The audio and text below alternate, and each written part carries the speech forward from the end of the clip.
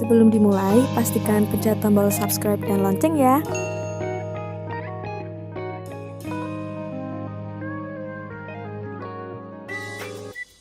Halo, apa kabar? Kali ini kita akan belajar tema 9, yaitu benda-benda di sekitar kita, subtema 1, pembelajaran 3. Nah, untuk inti materi pada pembelajaran kali ini, kita akan mempelajari yang pertama, karakteristik geografis Indonesia, yang kedua, persatuan dan kesatuan di dalam masyarakat, dan yang terakhir, isi iklan.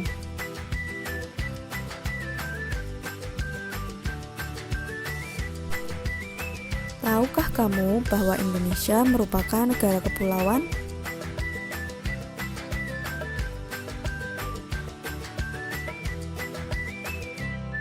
Tahukah kamu bahwa wilayah Indonesia juga terbagi ke dalam wilayah daratan dan perairan?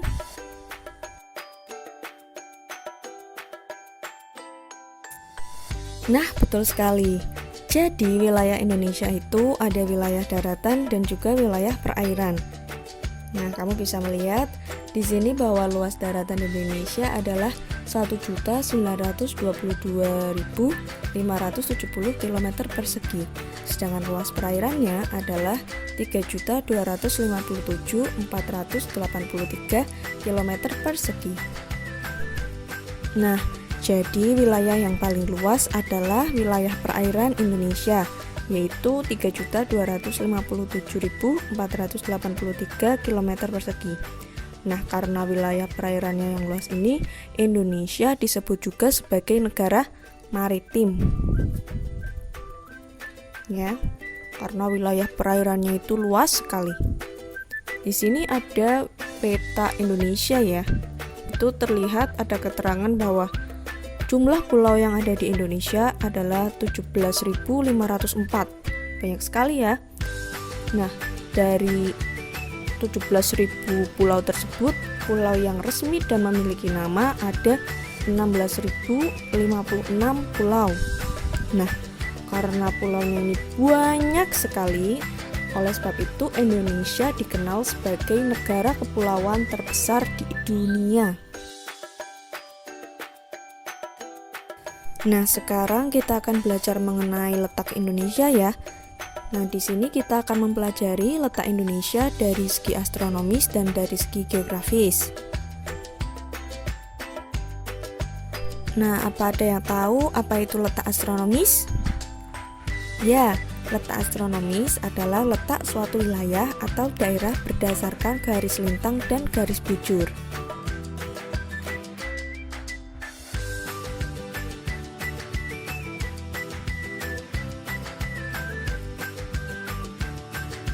Nah, ini adalah letak astronomis Indonesia. Jadi, Indonesia itu terletak pada 6 derajat lintang utara hingga 11 derajat lintang selatan dan 95 derajat bujur timur hingga 141 derajat bujur timur. Nah, apa sih garis lintang itu? Nah, garis lintang adalah garis yang melintang melingkari permukaan bumi dari barat hingga timur dan membagi bumi menjadi dua bagian, yaitu bagian utara dan bagian selatan. Nah, kalian bisa melihat gambar ini. Nah, di situ ada garis ya dari barat ke timur sehingga membagi bumi menjadi dua bagian, yaitu utara dan selatan. Itu merupakan garis lintang.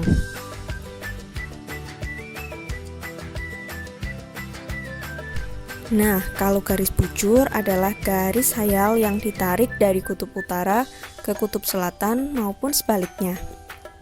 Nah, kalian bisa melihat gambar di bawah ini. Nah, garis yang ditarik dari kutub utara hingga kutub selatan maupun sebaliknya merupakan garis bujur. Jelas ya?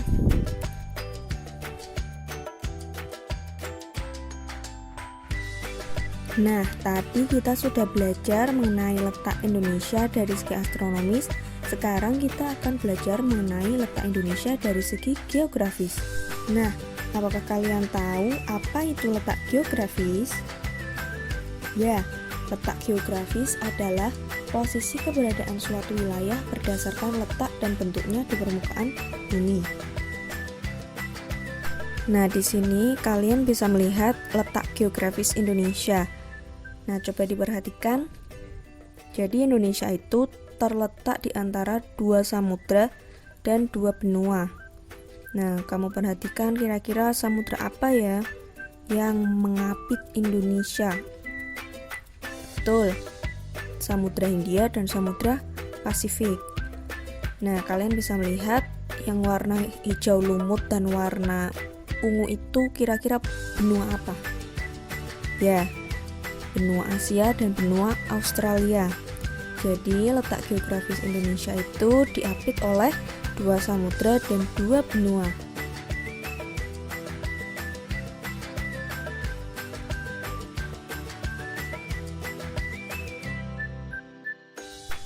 Nah, di sini ada peta Indonesia ya anak-anak. Nah, kalian bisa melihat wilayah paling barat Indonesia ada Sabang, kota Sabang. Dan wilayah paling timur ada Merauke. Nah, wilayah Indonesia itu kan sangat luas sekali ya, sehingga banyak keberagaman yang ada di Indonesia. Nah, coba sebutkan salah satu keberagaman yang ada di Indonesia. Ya, betul. Ketampakan alam ya. Nah, ketampakan alam di Indonesia itu ada pegunungan, ada dataran tinggi, ada dataran rendah, dan ada pantai. Selain ketampakan alam, apalagi ayo yang beragam? Ya, adat istiadat Indonesia juga sangat beragam. Ada tarian daerah, bahasa daerah, senjata, rumah tradisional, pakaian tradisional, dan masih banyak lagi ya. Nah, karena Indonesia ini sangat luas dan beragam ya, dari ketampakan alam, adat istiadat, agama, budaya, dan lain sebagainya, maka kita sebagai warga negara Indonesia harus menjunjung tinggi sikap toleransi serta saling menghargai dan menghormati. Nah, di sini kita bisa melihat contoh perilaku yang mencerminkan sikap persatuan dan kesatuan di lingkungan masyarakat. Yang pertama ada membersihkan lingkungan bersama-sama. Contohnya apa sih? Ya, betul, kerja bakti ya. Mungkin setiap hari Minggu di kampung kalian mengadakan kerja bakti. Nah, itu merupakan salah satu contoh perilaku mencerminkan sikap persatuan dan kesatuan ya. Kemudian menjenguk warga yang sakit, kemudian bekerja sama dalam menjaga keamanan lingkungan, menghormati perbedaan agama, suku, daerah, adat, dan budaya dalam masyarakat, mengutamakan kepentingan umum, dan berinteraksi dengan orang lain tanpa membedakan suku, agama, ras, ataupun. Nah, jadi persatuan dan kesatuan dalam bangsa Indonesia itu sangat penting ya, karena dengan adanya persatuan dan kesatuan itu dapat menjalin kebersamaan dan saling melengkapi antara satu sama lain. Kemudian menjalin rasa kemanusiaan, sikap toleransi, serta rasa harmonis untuk hidup berdampingan secara rukun dan damai.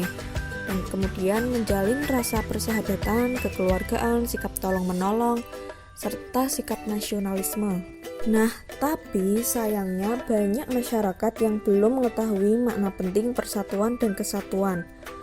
Banyak sekali masyarakat Indonesia yang masih suka membuang sampah di sungai, kemudian menebang pohon sembarangan. Nah, hal-hal itu belum mencerminkan sikap-sikap tersebut.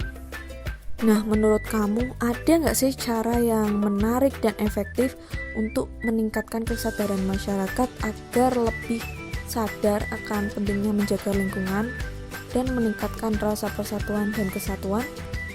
Ya, melalui iklan bisa ya. Nah, di sini ada 3 contoh gambar. Yang pertama, gambar hijaukan kembali untuk masa depan bumi kita. Kemudian yang kedua adalah iklan Go Green. Yang ketiga, global warming. Nah, tahu nggak sih anak-anak, ketiga iklan ini termasuk iklan layanan masyarakat. Nah, iklan layanan masyarakat itu merupakan iklan yang bertujuan untuk meningkatkan kesadaran masyarakat terhadap masalah yang sedang dihadapi. Nah, nanti kita akan bahas setelah ini. Nah, sebelum kita membahas iklan layanan masyarakat dan lain-lain, kalian masih ingat tidak apa itu iklan? Ya, betul sekali ya.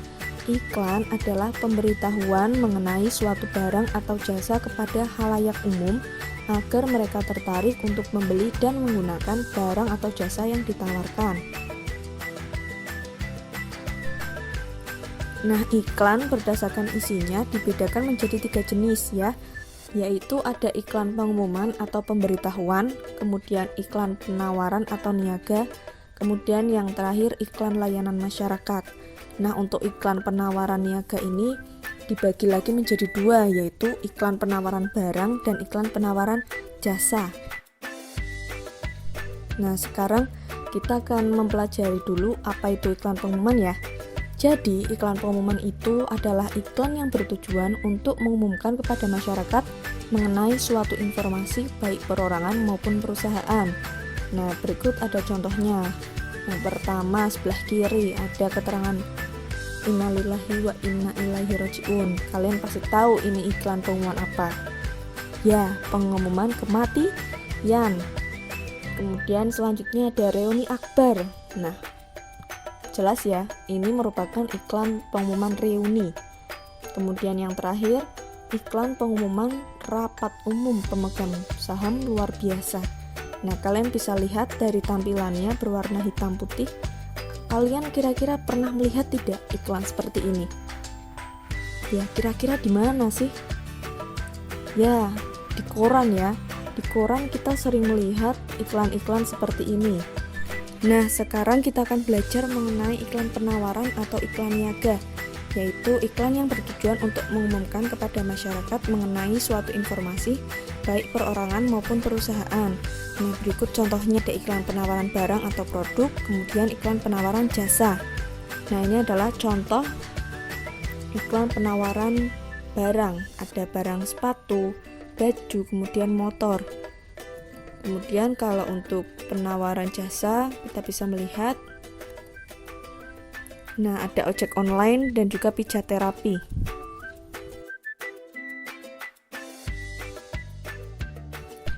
Nah, selanjutnya yang terakhir yaitu iklan layanan masyarakat.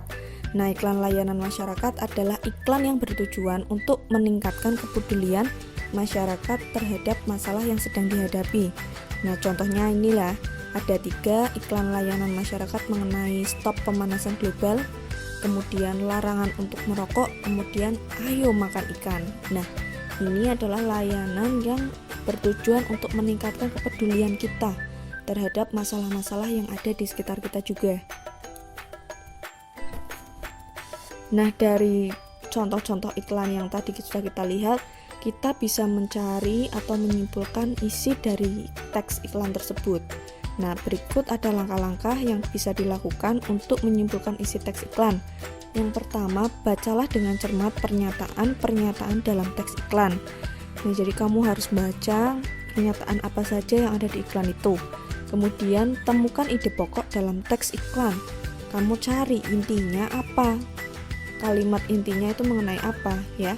Kemudian yang terakhir, susunlah pernyataan untuk membuat kesimpulan berdasarkan ide pokok dan kata kunci serta kalimat penjelas.